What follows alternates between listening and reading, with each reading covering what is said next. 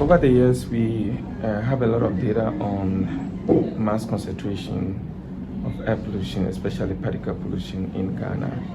And we have shown that the amount in the air is actually reducing over time. But question we are asking right now is, what are the different sectors or sources that are contributing?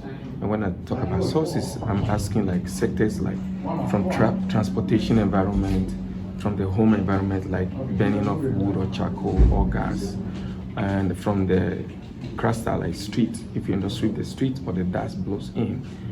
How much are each of these sectors contributing to the total quantity or quality of air that we have? And when we know that information, we will be able to specifically target those things. So take it for example, if you know that traffic is contributing, say, half of all of the poor air quality, that means that when you target traffic pollution, then you can reduce the amount of air pollution by half. So we need that information to be able to further drive down air quality in Accra in a way that it comes to the level that is supporting good health. Currently, the levels are not. So in summary, we did this sophisticated analysis. We collected samples on filters. We took them to the laboratory, used X-ray machines to count all of the elements. And then we do statistical analysis to combine all of those elements, and we can quantify what sources are contributing to the total mass of air pollution. In doing so, we have discovered that there are about 4 to 6 major sources that are polluting the air in Accra. It includes traffic, waste burning, dust particles, even construction, among other things are contributing. Even sea salt, because Accra is on the ocean, sea salt is also part of it. But the interesting thing we find is that we compare our data to another set that we collected in 20 years back to ask the question, as Accra is evolving and expanding, economic conditions are improving, how are the sources also changing, or the contribution changing over time? What we have found out is that the proportion that is coming from traffic remains the same. It hasn't changed over the last 20 years. So how much traffic is contributing to air pollution in Accra has remained stable. But the good news is that we have also found that the one that is coming from biomass burning, like when we burn wood for cooking or fish smoking or charcoal, that part has reduced significantly a lot.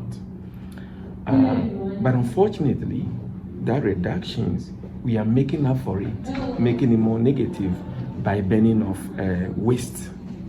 So even though we are making progress in people switching to gas and charcoal, which is less polluting, we are also not doing well in trash collection. So people are now burning the trash. So it's making up for the gains that we make in biomass burning is being made up for in waste burning. So that means we are not making much progress anymore. So our hope is that those responsible can target these two sources: traffic, biomass burning, and then waste burning. When we do that, we can cut down air pollution level by 50% or even more than 50% in Accra. So that means that we haven't made much gains on traffic at all. So if it's contributing 30 to 50%, it's been the same. So that is a huge chunk. So for example, the way we have been able to reduce biomass, if we can do that to traffic, it will actually bring it down. So our point is that we haven't done much with controlling emission from traffic. Now, there are two explanations for it. One of them is, even though the number of vehicles in Accra we know has increased, we think that most of the new engines are less polluting, and we are using a lot of petrol instead of diesel. Diesel emits more.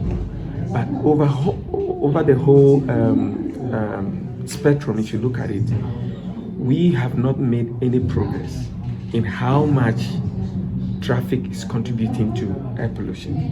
So that means that if it has remained unchanged, we have to consider it as a major area to target. And then just as we are making good progress in biomass, if we are making the same amount of progress in traffic, air quality will get better in Accra. So those are the three areas, if I would suggest, we need to, as a environmental scientist, those are the three areas I would suggest we focus on.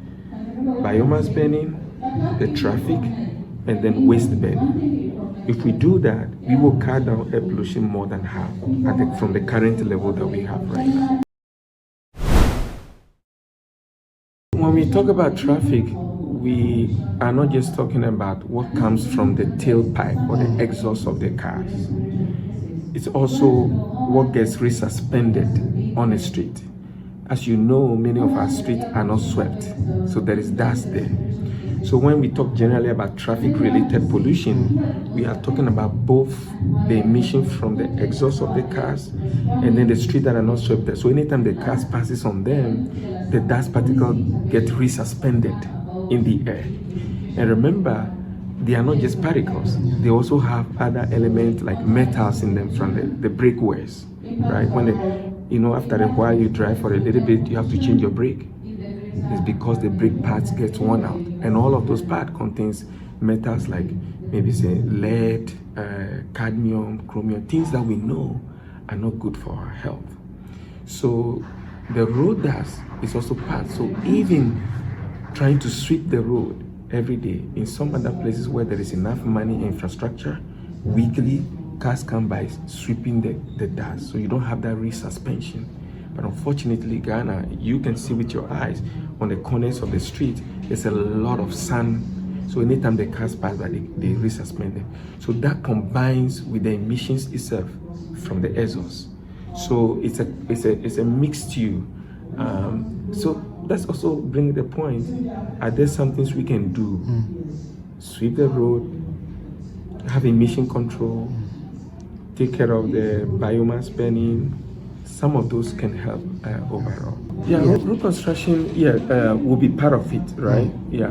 But when we did our source apportionment, we have picked up a unique signature, which we think is related to development. So construction itself from cement. So for example, East Legon, what we have found, the levels have not gone that much, but what we picked is that there's been significant development from building. So those building construction, we are picking them as part of it. It's becoming a major contributor, not yet of concern, but we can see that place like East Legon, in addition to those sources that we have talked about, there is also construction dust. So that could also mix up with the road dust itself. But one area that we are not very familiar with so far is, are there health consequences to specific sources? If you take only traffic, if you take only crustal dust, if you take only specific elements, so far all the health effect analysis that we do globally, we use the total mass. But there is interest to understand whether the specific sources or specific elements are more relevant for health than the total mass. That's an area of research that is going on, and our work can lay the foundation to be able to begin to answer those type of questions.